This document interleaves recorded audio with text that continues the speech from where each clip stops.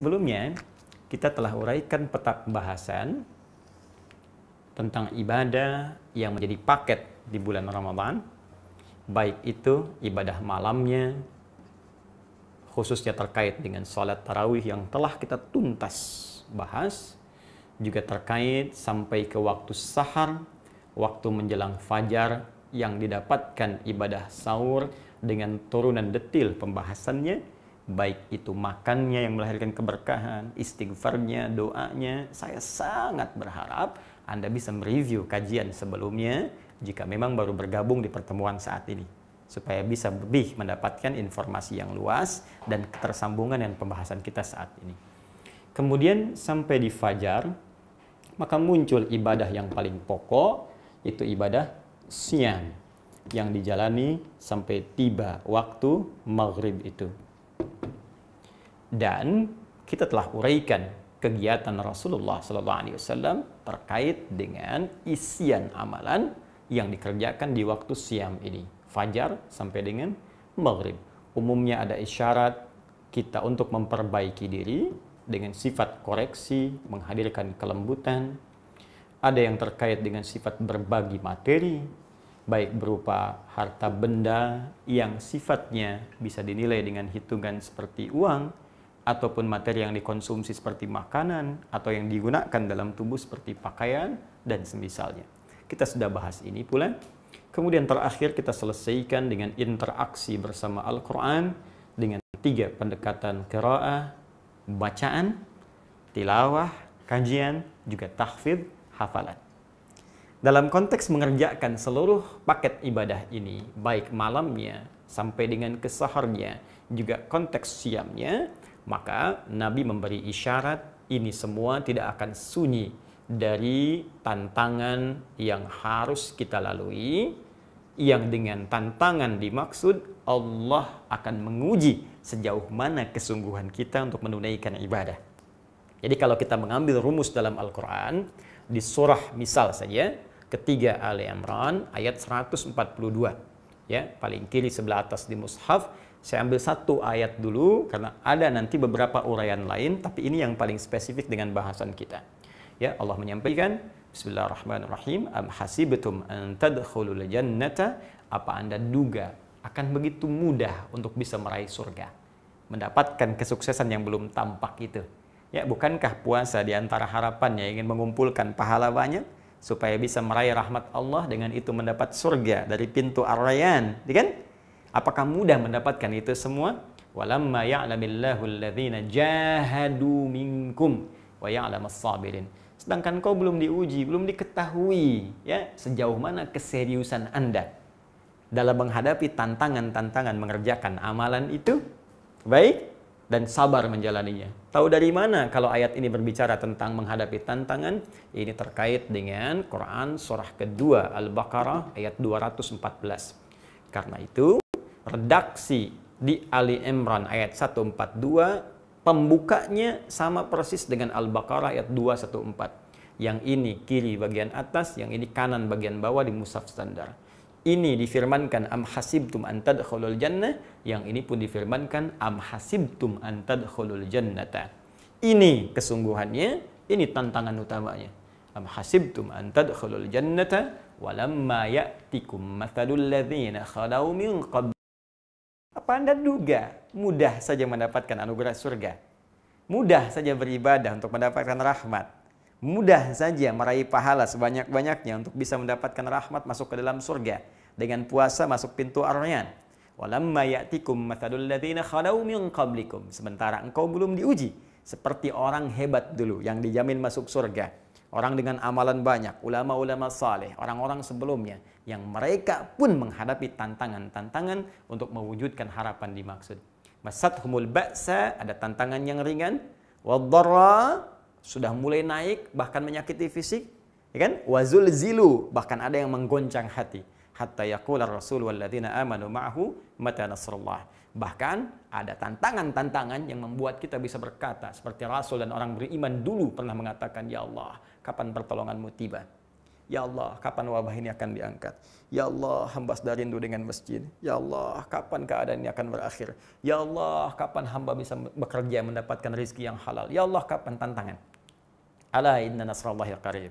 Orang beriman mesti optimis. Kata Allah, mesti yakin, kuatkan pada dirimu. Pertolongan Allah itu pasti akan tiba kalau kita mau sungguh-sungguh, serius dan sabar dalam mengatasinya. Nah sekarang, karena fitrah kehidupan akan selalu bersanding dengan tantangan. Orang sukses pasti ada tantangan. Orang sukses pasti ada ujian. Anda anak SD mau lulus ke SMP, ujian. SMP ke SMA, ujian. Kalau tingkat pendidikan dasar saja ada tantangan, ujian supaya kita sukses, maka bagaimana dengan kehidupan yang kompleks?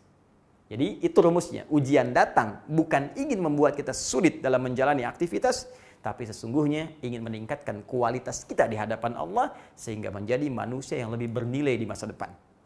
Nah, karena fitrah setiap aktivitas, ibadah, bahkan ada tantangan, maka demikian pula dengan siam. Apa di antara tantangannya? Ini yang bisa kita lacak langsung saja dari kitabnya Imam Al-Bukhari. Ya, kita tulis kitabnya Sahih Al-Bukhari.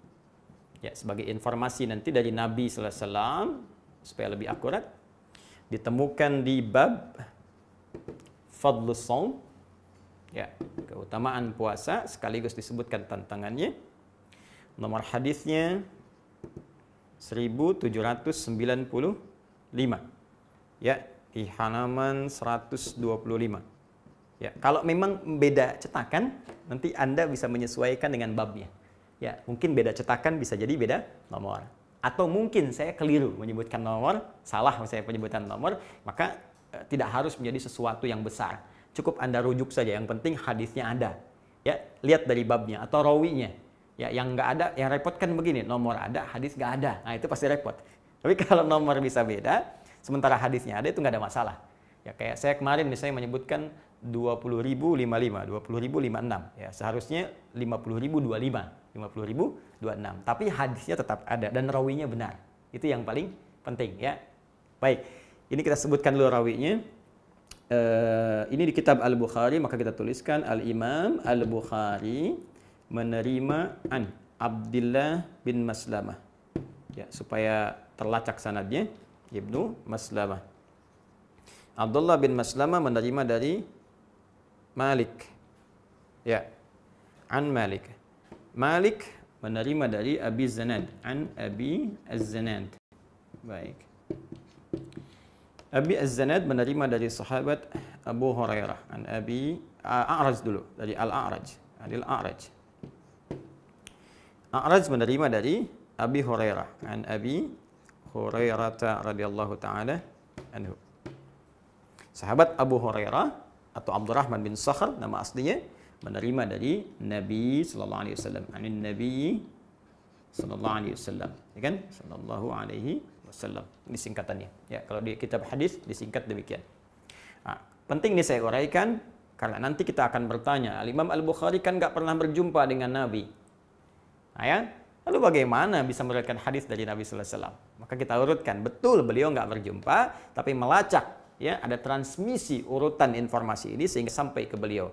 Imam Al-Bukhari menerima dari Abdullah bin Maslamah, Abdullah bin Maslamah menerima dari Malik, ya. Malik menerima dari Abi Zanad, Abi Zanad menerima dari Al-A'raj, Al-A'raj menerima dari sahabat Abu Hurairah. Ini yang menerima dari Nabi sallallahu alaihi wasallam. Jadi kualitas hadisnya valid, sahih. Apa informasi yang disampaikan? Yuk kita langsung bahas. As-siyamu junnatun, kata Nabi. Ya, saya tuliskan as-siyamu, demikian kita tuliskan junnatun. Ini prinsip dasarnya dulu. Puasa yang benar itu, perhatikan cara menerjemahkannya. Alif lamnya kita terjemahkan, ya, ma'rifatnya. Puasa yang benar itu, yang ditunaikan sesuai aturannya, sesuai ketentuannya. Junnatun akan melahirkan perisai pada diri pelakunya yang akan menghambat ia, menghalangi ia dari setiap perbuatan-perbuatan yang bisa membahayakan dirinya. Ya, baik maksiat ataupun yang lainnya. Baik, ingat yang telah saya uraikan di pertemuan-pertemuan lalu. Kaji lagi, ya, lihat lagi pembahasan kami. Setiap ada huruf jim dengan nun di awal kalimat, itu umumnya menunjuk makna yang tersembunyi. Ya, ini junnah. Jinnah Cuma beda harokat. Jinnatun jamak dari jin. Minal jinnati wan nas. Kenapa disebut jinnatun? Ya, jamak dari jin karena memang tak nampak, tersembunyi makhluknya. Surga jannatun. Kenapa disebut jannah? Karena memang belum tampak dalam pandangan kita saat ini. Janin, ya, dalam perut ibunda ada janin. Kenapa disebut janin? Karena tak kasat mata, tak tampak dalam pandangan kita. Nah, junnatun, perisai. Kenapa disebut dengan junnah perisainya? Karena memang tak tampak dalam pandangan kita, nggak kelihatan. Cuman dia bisa mencegah diri kita dari perbuatan maksiat. Begitu ada maksiat mau masuk ke mata, dicegah oleh perisai ini, sehingga mata kita refleks langsung dialihkan ke yang lain. Ya, yaghuddu min absarihim. Telinga akan mendengar maksiat. Ada orang gibah, terdengar nggak enak, kita langsung diberikan sinyal ke otak kita, tembuskan ke hati kita. Ini nggak bagus, palingkan, menjauh. Kaki diajak maksiat, tertahan, kaku kaki kita ini. Ada perisainya, jadi nggak tembus. Nah, jadi secara singkat, orang yang mendapatkan perisai ini, maka terjaga dari perbuatan buruk. Lawan buruk itu baik. Jadi kalau orang punya perisai ini, pasti jadi orang baik.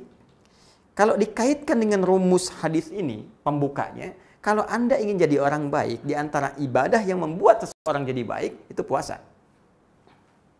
Rajin puasa aja. Selepas Ramadan, rajin Senin, Kamis. Ya, Ayyamul Bid, puasa Daud. Itu pasti kalau benar puasanya, pasti merubah pribadi seseorang jadi baik. Kecuali ada puasa yang tidak ditunaikan dengan benar, alif lamnya nggak jalan. Tapi apakah menunaikan puasa dengan benar itu supaya jadi orang baik mudah dikerjakan? Belum tentu. Karena ini, rumus umumnya, fitrahnya selalu ada ujian tantangannya. Apa di antara ujiannya? Kita tuliskan di sini. Saya mohon izin hapus dulu ini, ya, supaya memudahkan kita untuk mengurai kembali. Nabi menyampaikan, fala yarfuth. Asyamu junnatun. Baik, puasa yang ditunaikan dengan benar itu bisa menghasilkan perisai. Tapi tidak mudah mengerjakan ini, ada tantangannya. Apa di antara tantangannya? Saya tuliskan 1. Fala yarfuth. 2. Wala yajhal. 3. Wa inimru'un qatalahu. 4. Aw syatamahu. Falyakul inni sha'imun inni sha'imun. Di redaksi lain, falyakul marrataini inni sha'imun. Tahan sampai sini dulu karena kesananya terkait dengan keutamaan. Ini yang terkait dengan tantangan. 1, kata Nabi, jangan berkata kotor, jorok, kata-kata kotor. Yang kedua, wala yajhal, jangan berlaku bodoh yang tidak pantas, bertindak yang tidak pantas. Kita contohkan. 3, wa inumru'un qatalahu, berselisih. Termasuk provokasi. Ya, masuk konteks ini. Au syatamahu, mencaci, mencela. Ya, kemudian juga bikin hoax. Nah, kalau sekarang buzzer. Nah, ini masuk kategori ini, ya. Awas, hati-hati, hati-hati nih, hati-hati. Awas ya. Nah, ini. Faliyakul inni sha'imun, maka tegaskan pada dirinya kalau menghadapi tantangan ini, saya sedang puasa, sedang puasa, sedang puasa. Baik, sebentar. Sebelum kita masuk ke sini, sebentar. Tarik nafas dulu. 3 detik. 1, 2, 3. Fokus lagi. Bila kita perhatikan, di sini kita tidak dapatkan tantangan berupa hal-hal yang konsumtif misalnya. Ya, makan, minum, atau tantangan yang sifatnya biologis. Hal-hal seksual, kebutuhan seksual, biologis. Padahal ini sama-sama tantangan juga. Ya kan? Betapa banyak orang waktu sedang berpuasa, lihat makanan, tiba-tiba sudah pengen buka. Ya kan? Jalan, olahraga, pagi-pagi habis subuh, gitu kan? Tercium bau makanan dari satu restoran, Masya Allah, udah lihat jam. Berapa menit lagi maghrib ya? Padahal baru subuh. Kan? Minuman juga demikian. Ya kan? Hasad seksual juga demikian. Karena itu jadi tantangan, dilarang saat puasa. Namun kenapa yang ini tidak banyak diungkap, dibahas, sedangkan ini yang ditekankan. Bahkan menduduki hal yang sangat penting tentang hadis-hadis puasa.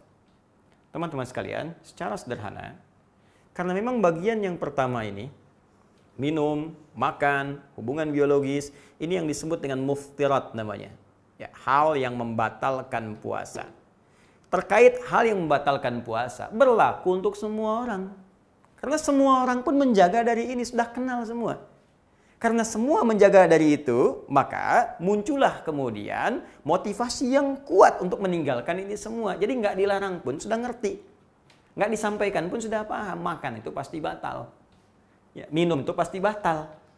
Ini nggak usah pura-pura, saya mau wudhu, kumur-kumur, padahal pakai sirup misalnya. Ya, ini tetap aja batal. Ya, cuman dua dalam keadaan makan, minum nggak batal. Satu, ketika lupa, bukan pura-pura lupa. Beda pura-pura lupa dengan lupa. Dimakan, lupa misalnya. Sedang makan, selesai. Begitu kenyang, ketemu teman, ditanya sama teman, gimana puasanya hari ini? Oh, puasa, astagfirullah, saya lupa. Nah, bukan makan dulu, nanti kalau ditanya lupa. Bukan. Nah, yang kedua, makan dalam keadaan atau minum dalam keadaan sedang tidur, mimpi. Mimpi, mimpi makan. Mimpi, mimpi minum. Ya, ajaibnya begitu bangun, kenyang misalnya. Ya, nah, itu tidak membatalkan kalau memang tidak diniatkan untuk itu.